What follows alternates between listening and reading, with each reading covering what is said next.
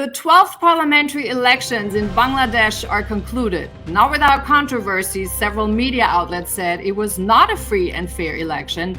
Bangladesh's Prime Minister Sheikh Hasina retained her place for fifth term, with the Awami League securing 75%, that is to say about 223 seats out of 298 in the parliament.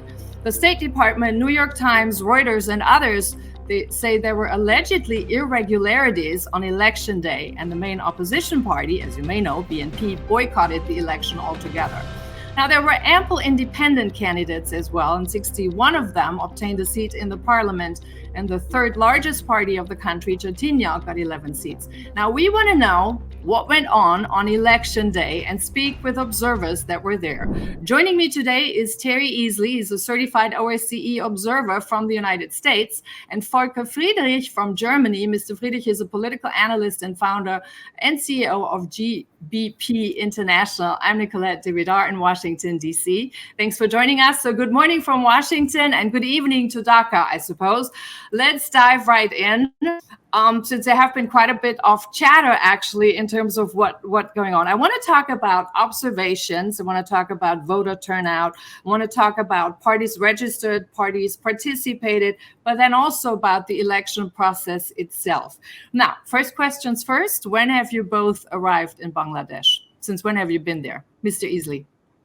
Well, I got here, I believe, on the, about a week ago. I came first, and I have to leave last. As head of mission, you have to come first and be the last to leave. Okay, so you had enough time to see what Dhaka looks like normally during the week, and then also on the election day. There's people everywhere, yes. Yes. What about you, Mr. Friedrich? When did you arrive? Well, for me, it's more or less the same. I arrived here the Thursday before the election day. Election day was on the Sunday. Yeah. And the interesting part to note, because I was here before in Dhaka, it's, as you know, one of the most densely populated cities in the world. But we found this place to be very quiet. And the reason was that it was a very long weekend. Because Friday, nobody working normally, and then election day as a holiday. So the streets were very quiet, and it was smooth ride with the cars and the traffic, which is very exceptional for a place like Dhaka. Yeah. Now, the numbers we got were there were 127 observers and 71 journalists. Can you confirm that? I think it was actually more than that, but yeah, that's pretty much it. I think the total number nationwide would be closer to 300. Now, we had 30 in our core group from 7 different countries, but it was a lot more than they had last time, I can tell you that. Mm-hmm. So tell us a little bit about the day. Where did you go to observe? Did you go to different places? Did you have a main stakeout? Tell us about the locations. Where did you go? Well, our team of observers was parted into individual groups of 3 teams, 3 people per team, and they went all throughout Dhaka. And on average, we visited 8 to 10 polling stations during the day, from 8 in the morning to 4 in the afternoon, until the polls were closed. They went to poll stations which were busy, others were more quiet. It varied also, of course, during the daytime, because early morning was quiet, lunchtime was quiet. And then we had stations in the afternoon in the outer parts of Dhaka, where we had a significant larger turnout of voters, which you can notice by the queues of people lining up. So it was a good mix and a good representative selection of polling stations we visited. Now, did any of those polling stations actually get like a heads up? So in terms of, were they notified when election observers were arriving, or was this really totally ad hoc? We didn't tell them we were coming. Somebody else might have. I mean, you see a truck full of police in front of you, and, with sirens going off, and then maybe, a van with a big sticker that says election observer.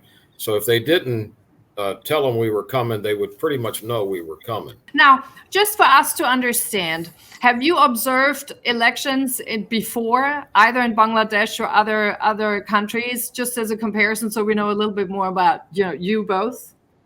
Well, I have both as an observer and as a journalist, many years of experience as a journalist, two-time Associated Press Broadcasters Board of Directors, elected by the membership, a national network news anchor in the United States, and I hosted one of the highest-rated local morning TV shows in America, and I was managing editor of CBS Radio News in Los Angeles at KFWB All News Radio. But the thing that is really interesting about this election, and the reason a lot of election observers didn't want to come, was because there was pretty much a foregone conclusion as to who was going to win. And that's because one of the major opposition parties and others decided to boycott the election.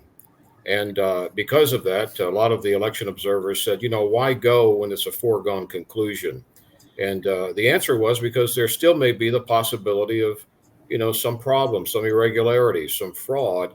Mr. Friedrich, do you have something to add to this one? I have some experience in Southeast Asian countries. I do my business in places like Malaysia, Indonesia, Vietnam, Thailand, and I have also been reporting about the political events there, including the elections.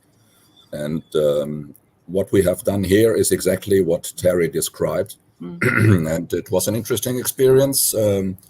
No real big surprises. As Terry said, nothing of the unusual happened. We were welcome at each and every polling station. They answered our questions very openly and friendly, and we were well received. So it was a very good exercise, very friendly, very cooperative. There was no indication that anything was like hidden behind our backs or anything like that.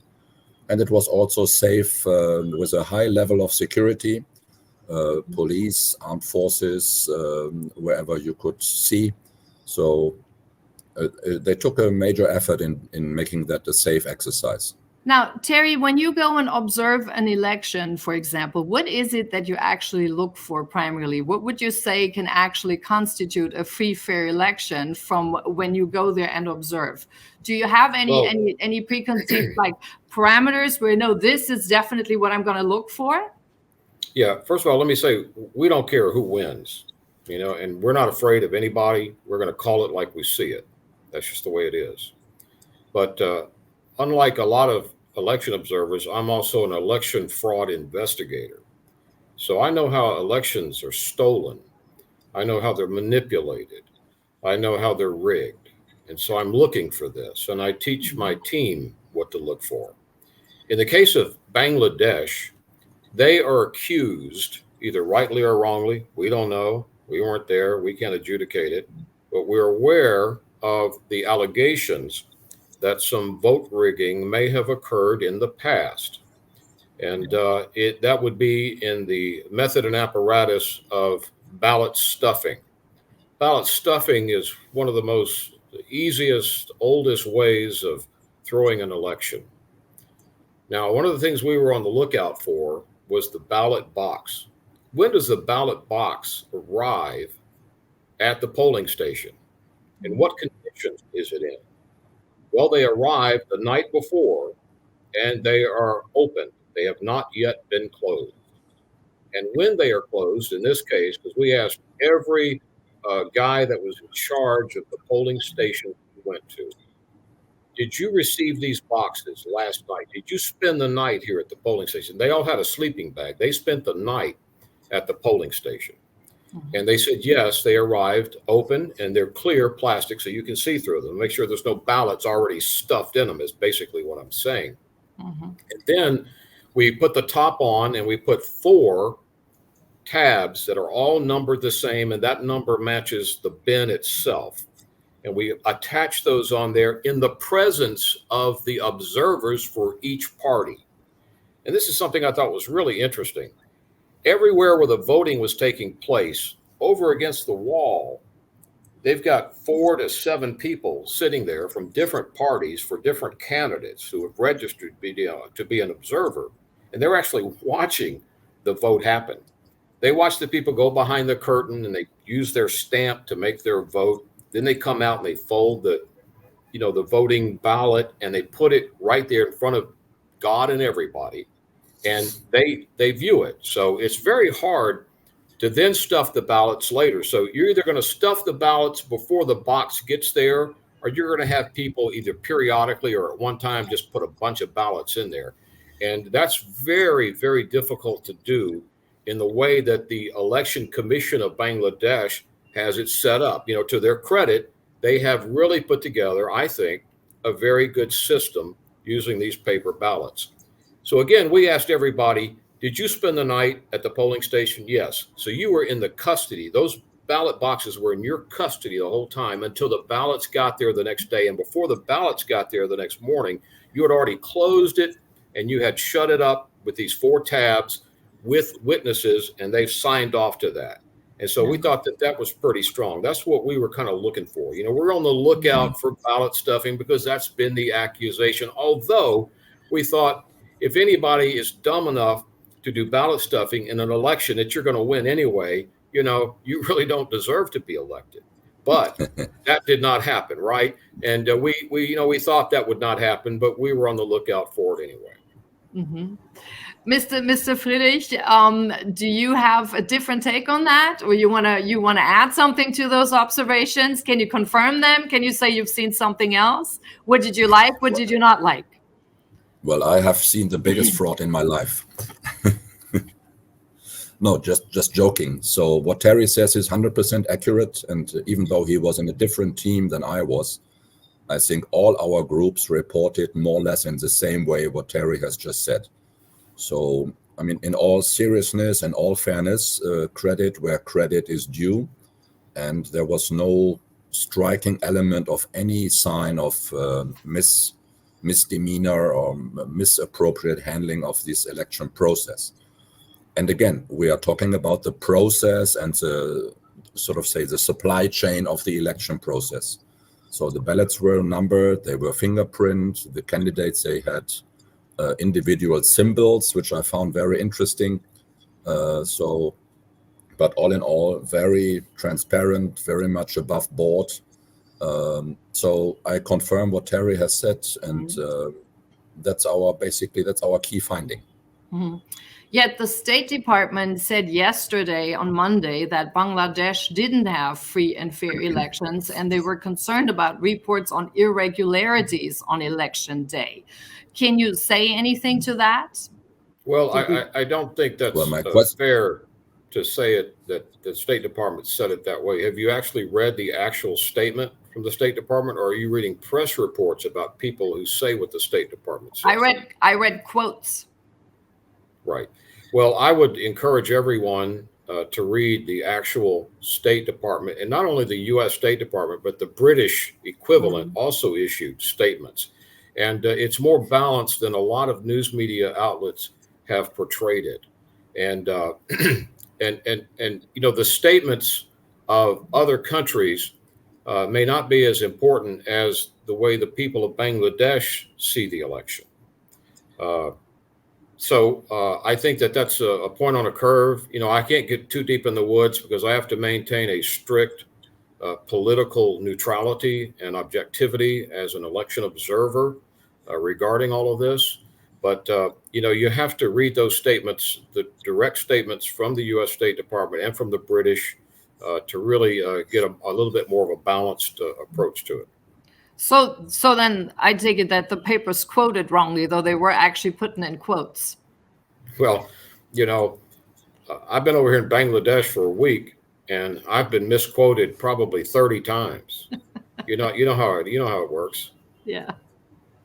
I think what is a very striking perception when you read all the press reports from anywhere in the world. I think the very fact that the BNP boycotted to take part in the election is one of the reasons why many people say the election was not fair and free, because there was no opposition. But this is not what we're here for to report. Our job was clearly to see whether the election as it was designed and happened was a proper and transparent process. So when people say because there was no major opposition party taking part, and therefore it was not free and fair, that's a different statement than to say the election was rigged and was full of fraudulent patterns. Yeah, and I actually was So going to what- ask you about that, because I was saying, like, does that automatically, so when there's an opposition party and they boycott an election, does that then make it automatically an unfair, unfree election? And you just said No, there's a very clear differentiation between observation and fact. Yes, Terry. Yeah. You know, whether an election is fair and free has nothing to do with participation. I think what you're talking about is it participatory. And that's a question for others to decide. But our mandate, our remit, our job was to observe and report the election as to three areas. Was it free? Was it fair? And was it safe? Now, it was definitely free and fair from our perspective. We have, 30 people going to 12, of these polling places each, but there's 4,300 some odd polling places all over the country. We can't be everywhere at the same time. So what we're giving you is a representative sample of what we experienced here. And in our experience, in the polling stations we went to, most of them inside Dhaka, some of them outside of Dhaka, we experienced a free, fair, and safe election on election day. Now, leading up to Election Day, I'm sad to report that there was a train fire and that 4 innocent people died in that train fire that was allegedly set by some bad actors, and several people were injured. And that's very regrettable. So not only do you have a major opposition party calling for a boycott, but you also have some 14 to 24 polling stations were torched. A political office of the Awami League was burned to the ground. And of course, you had this train fire that was very tragic and unfortunate that occurred. So this made some people want to stay away from the polls also for fear that there may be more violence. However, as the day drove on and it was a very low turnout at the beginning. But as people began to see that, hey, everything looks okay, I think I can vote, they started coming out more and more. We noticed that by about noon, I think we had about, I think it was 20%, 18.7, 20% about noon as far as the voter turnout is concerned, according to an election commission official I spoke with. Then about 3 o'clock in the afternoon, that had moved up to 30%. And then by about 5 o'clock, because the polls closed at 4, but if you were in the line at 4 o'clock, you still got to vote up to 5. So we'll say from 3 to 5, they got another 10% to round out the 40% that has been reported by the Bangladesh Election Commission. Yeah, so the low voter turnout has been mentioned as a concern, actually. And I was going to ask you, did you observe any atmosphere of fear or on the streets or an intimidation or anything that you came across in Dhaka? No, not at all, really, to be honest. And I think the opposite was the case. All the people we met walking in or waiting in the line at the polling station, I wouldn't say it was festive or super happy or party mood, but it was very relaxed, very calm, very matured. People were smiling, chit-chatting. They all took pictures with us, and they started to chat around. So, no, there was no sign of fear at all in the places I visited. And there were children, there were grandmas that were 90 years old that were being helped to put in their vote, which I thought was very impressive. And you know who the bravest people turned out to be during Election Day in Bangladesh, in my humble opinion, were the women of Bangladesh. They started showing up first. I mean, Volker can tell you that the very first people we saw voting at every center were the women of Bangladesh. Yeah, and I got the numbers on the voter participation. So there were about 11.96 million that participated, and male and female. So male were about 6.7 and female were about 5.8 million. So it's, fairly it's up there. Now, there has been the mentioning that when the actual voter participation was announced by the election committee, first it was about 28%, and then it was corrected and went up to 40%. Were either of you in the room at the announcement when that announcement took place? No, I was not. This is the first time hearing that. Okay. Yeah, because they were saying that it's not possible that in the last hour suddenly it jumped from 28 to 40. But then hearing what you said, what you noticed and observed, that really the voter participation, picked up in the afternoon. That sounds more like in line with that. It could be possible. Yeah, we were tracking the numbers in real time to take benchmarks so that we'd see if there was a trend and if it was consistent. Yeah. And it seemed to be. So is there anything from your observations when you compared that to other elections that you observed, for example? Is there something where you say they did really better than others, and some things where you say maybe there's room for improvement? Well, if Volker, I why don't you may take that? Yeah, I'd love to.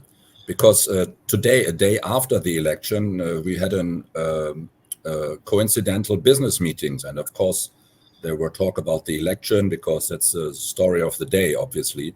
Mm-hmm. And one gentleman was very proud. He showed me his iPhone and he showed me an app developed by the election committee, which was very striking because that app has everything.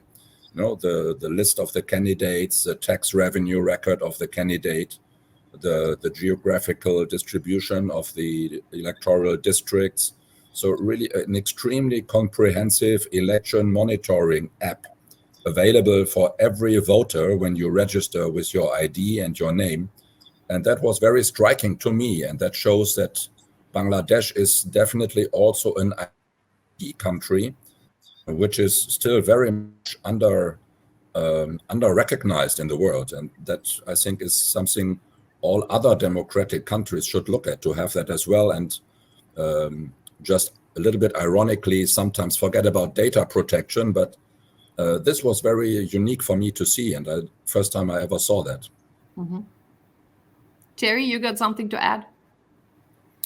Well, as far as technically is concerned, everything was put together and run very well, and we found that every poll worker and the guy that runs the polls, they were all very well trained, very enthusiastic even.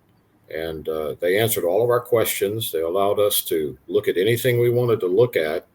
Another thing I was looking at, as an election fraud investigator, is you want to look at the fingerprints. Mm-hmm. In the case in Bangladesh, after you vote, you either sign or you put your fingerprint.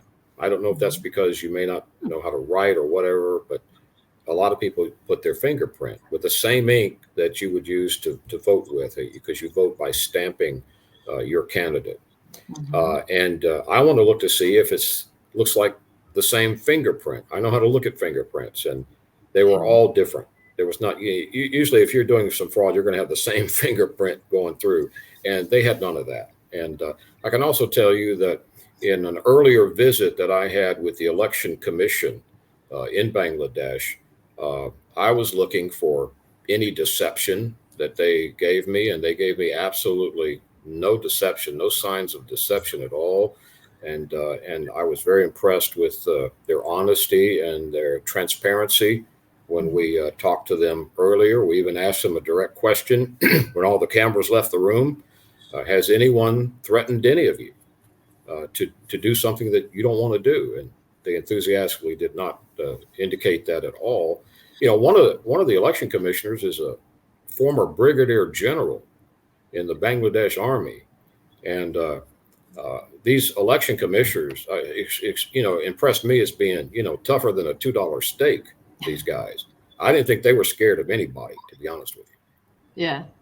Now, did you observe any of the media outlets there at the polling stations? Did you observe how dispersed were they?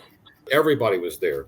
And that's another key thing about Bangladesh is press freedom. There's something like 30, 40 channels in Bangladesh. And everywhere we went, they had 50 TV cameras. And so we were quite impressed. And, I go over to the side and I grab one of these guys and I say, look, I'm a reporter. I'm a news anchor. Tell me the truth. Do you feel safe and free to report whatever you want to report? And I actually logged in my log 7 different news media outlets that I spoke with. One was an FM radio station. Most of them were TV stations and a couple of newspapers. And they were without even hesitation. Oh yeah, we say whatever we want. We write whatever we want. We do whatever we want. We feel totally free. And I said, well, okay. I was expecting, quite frankly, a different answer, but that's the answer that I got, to be honest with you. Now, there have been reports, Terry, and it looks like we lost Volker, so it's going to be you and me here for a moment. So there were reports that there were crowds aggregated or congregated, so to speak, for camera purposes to sort of show that there was a higher voter turnout, etc. And then after the camera was there, they were dispersed. Did you see any of that? Well, we went to one polling station outside of Dhaka. And I had been to that area before. They had some kind of like a zoo and a restaurant and a park back up in there. And I said, I passed by this exact building last time I came here, and they had a huge line, the longest line we had seen at that particular location. But it did not look, and they already had news media there. They had several news media. I can't see how they could possibly stage something with Press Express and other DBS and other channels being there. I don't see how they could have possibly staged that. Now, final point on there, and that's the legitimacy of the election. Can you say something as to when, as an observer, and I presume I have an idea of what I think you're going to say, but I'm going to ask you anyway, as an observer. They always ask anyway, even though they know I can't exactly.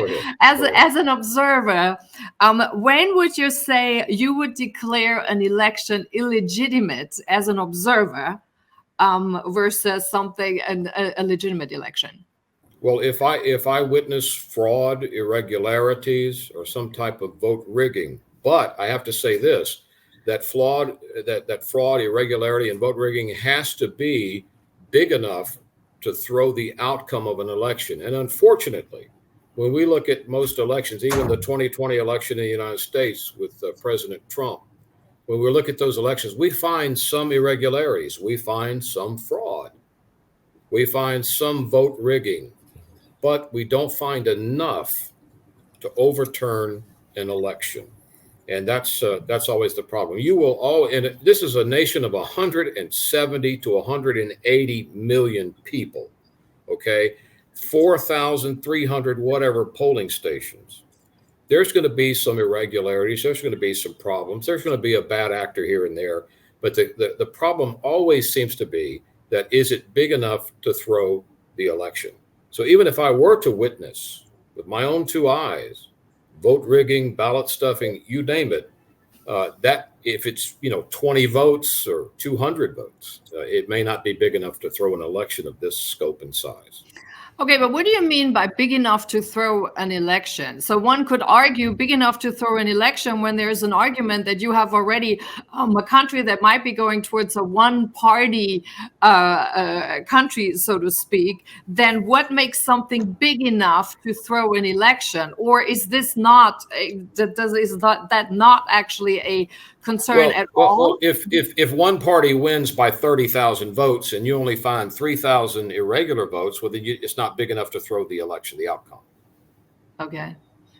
That's actually a pretty concerning thing, I think, for a lot of people who have no idea how these elections really go. Like, it seems like, so what's voter rigging and what's big enough? Because I think most people who are also our listeners, they kind of think that it should be exactly all counted. But there's a certain part, what I'm hearing is there's always a little bit that's irregular. Well, I was also concerned about what we call a MIM attack, a man-in-the-middle attack, when you have electronic voting systems. You intercept electronically the signal from the polling station before it gets to the election commission, and you change the vote, man-in-the-middle attack. And the person doing it is called the kingpin. That's a nomenclature. But in this case, they decided not to use, which I think was wise, not to use the electronic voting machines in this case. and because they are subject to exploit. And so I think I can compliment the Election Commission on that choice. Okay, so we're at the end of the show. Thank you so much for coming on, Mr. Friedrich. I give you the last word since we lost you here in the middle of this. Did you have any comments in terms of when would you consider an election sort of illegitimate versus legitimate? And then what's your final word on that? What's your final observation? Well, that's a tough question to close our discussion. The final observation for me is really like I did in many other countries, come here and seeing is believing. Don't read all the articles of people who write about a country or a party and they have never been to that country themselves.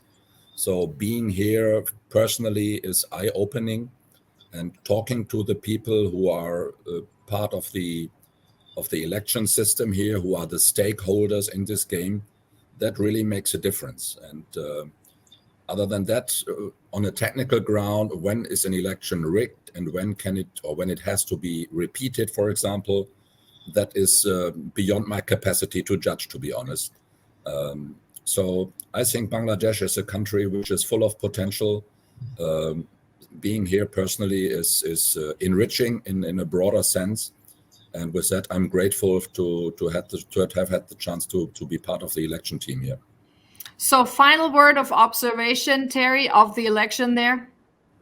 Well, as the head of the International Observer team that was invited by the Election Commission and certified by them, I can honestly tell you that from our representative sample, the election in Bangladesh was free, it was fair, and it was safe. Thanks so much. Volker, any last word? Not really. I think that's the best closing remark we could get here today. We leave it at there. Thank you so much for coming on, gentlemen. Okay. Great to have you. And to I would say one thing that occurs to me, that those who say it was not free, fair, and safe, I'm not talking about representative, but free, fair, and safe, those who say that, even if they're in the U.S. State Department, I would ask them, well, how do you know? Were you there? Yeah. Did you observe it? Well, guess what? Me and Volker, we were there, and we observed it. We went all over the place, and our team went all over the place. We observed it, and we did not have a single report. We told people early on, if you see something, say something. Say it to us. We have our little, name tags on. You'll know who we are.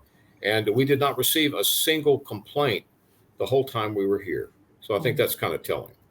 And that's why we had you on, because I believe somebody always has to have the feet on the ground, and then you can really see it, and then you can make an assessment, not by hearsay. So thank you so much for coming on. Thank you, our viewers and listeners, and have a good night.